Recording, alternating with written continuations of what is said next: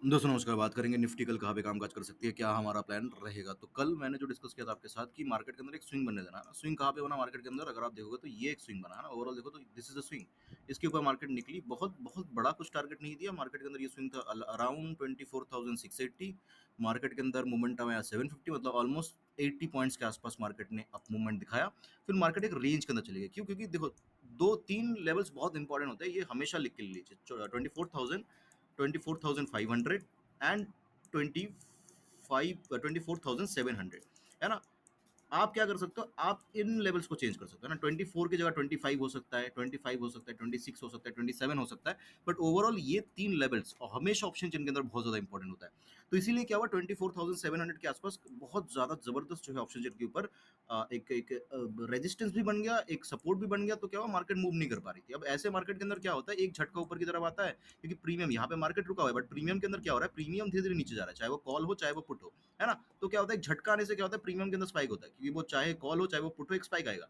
फिर से वो जीरो की तरफ ही क्लोज होगा। तो क्या होता है, ओवरऑल ये नीचे आता है, फिर से ऊपर की तरफ जाके क्लोज होता है। बट ऐसा कभी कभी रियर ऐसा सिनारियो होता है, जैसे मैंने बोला आपको कि सेलर भी कभी कभी फंसते हैं मार्केट के अंदर, है ना? तो वो सिनारियो था जिस दिन आज सेलर फंसे। और कौन से सेलर फंसे, जो नए सेलर्स है ना, ऐसा नहीं कि पुराने सेलर्स। पुराने सेलर्स अभी भी आज भी प्रॉफिट में ही निकले, क्योंकि उनको 24,550 के आसपास ही क्लोजिंग कराना था। तो इसलिए मार्केट, जैसे कि मैंने बोला, 24,500, 24,000, 24,700 इंपॉर्टेंट होता है। तो जो नए सेलर हैं उनको लगा कि 24,700 इंपॉर्टेंट है, बट गेम यहीं पे खेल के गए वो लोग। 24,500 के आसपास उनकी क्लोजिंग चाहिए थी। यहाँ पे बहुत एक अच्छा हैमर कैंडल भी बना, मुझे लग रहा था कि नहीं, यहाँ से नीचे नहीं जाने वाली थी, बट जैसे ही ये कैंडल बना, ऑप्शन चेन पूरा का पूरा धीरे धीरे चेंज होने लगा। वहां पे पुट के अंदर शॉर्ट कवरिंग हमें देखने को मिली। खैर, ये 10 में से एक बार होगा, रोज रोज नहीं होगा, तो इतना सोचने की जरूरत नहीं है। अब अगर मार्केट को देखने की कोशिश करें डेली टाइम फ्रेम के ऊपर, तो ऐसा नहीं है कि बहुत ज्यादा बियरिश कुछ मार्केट हो गई है। अभी भी मार्केट ना बहुत ज्यादा बियरिश है ना बहुत ज्यादा बुलिश है। अब प्रॉब्लम क्या, देखो कभी कभी ऐसा होता है, जैसे ये डब्ल्यू बन रहा है, राइट, ये this is the W, right. So अभी क्या होता है, यहाँ पे एक छोटा सा डब्ल्यू 1 आवर के टाइम फ्रेम में, 30 मिनट्स या 2 आवर्स के टाइम फ्रेम में ऐसा बना के मार्केट ऊपर जाती है। इस ओवरऑल पैटर्न को हम रूल्ड आउट नहीं कर सकते।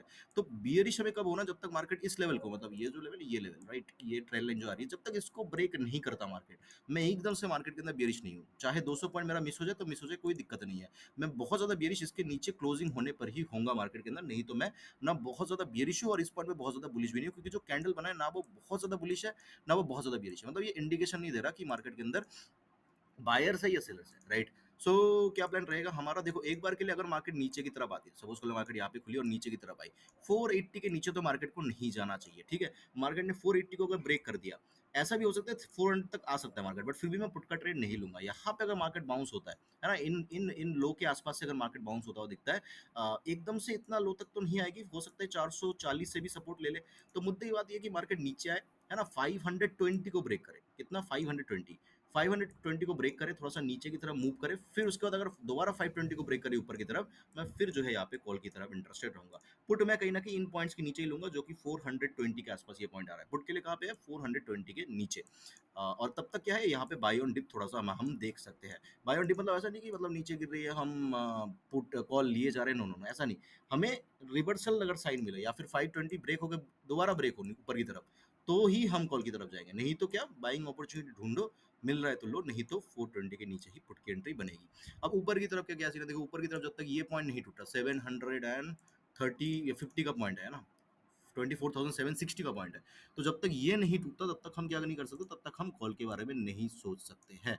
क्योंकि यहाँ से कहीं से भी मार्केट फिर से रिवर्सल ले सकती है इसी कैंडल के अंदर, है ना। ये जो ओवरऑल कैंडल बना है, ओवरऑल 200 पॉइंट्स का ये रेंज है, इसी रेंज के अंदर रह सकती है मार्केट। तो एक अपॉर्चुनिटी यहाँ पे पुट की तरफ हम सोच सकते हैं। तो सीन क्या हुआ, सीन ये हुआ कि अगर मार्केट 520 ब्रेक करती है, फिर ऊपर फिर से आ जाती है, तो हम कॉल की तरफ सोचेंगे। मार्केट अगर ऊपर चलने लगती है, कहीं ना कहीं हमें 700 के आसपास मिलती है, 700, 720, हम 30 पॉइंट के आसपास कैसे लगा के यहाँ पे पुट के बारे में सोच सकते हैं। नीचे अगर मार्केट आती जाती है, हम बाइंग की अपॉर्चुनिटी ढूंढेंगे, कब तक, जब तक मार्केट इस लो को जो है ब्रेक नहीं करती है। सो ये ओवरऑल एनालिसिस रही कल की निफ्टी के अंदर। आई होप की वीडियो आपको अच्छा लगा, अच्छा लाइक कर देना, कमेंट कर देना, वैसे सुनने के लिए आपका बहुत बहुत धन्यवाद।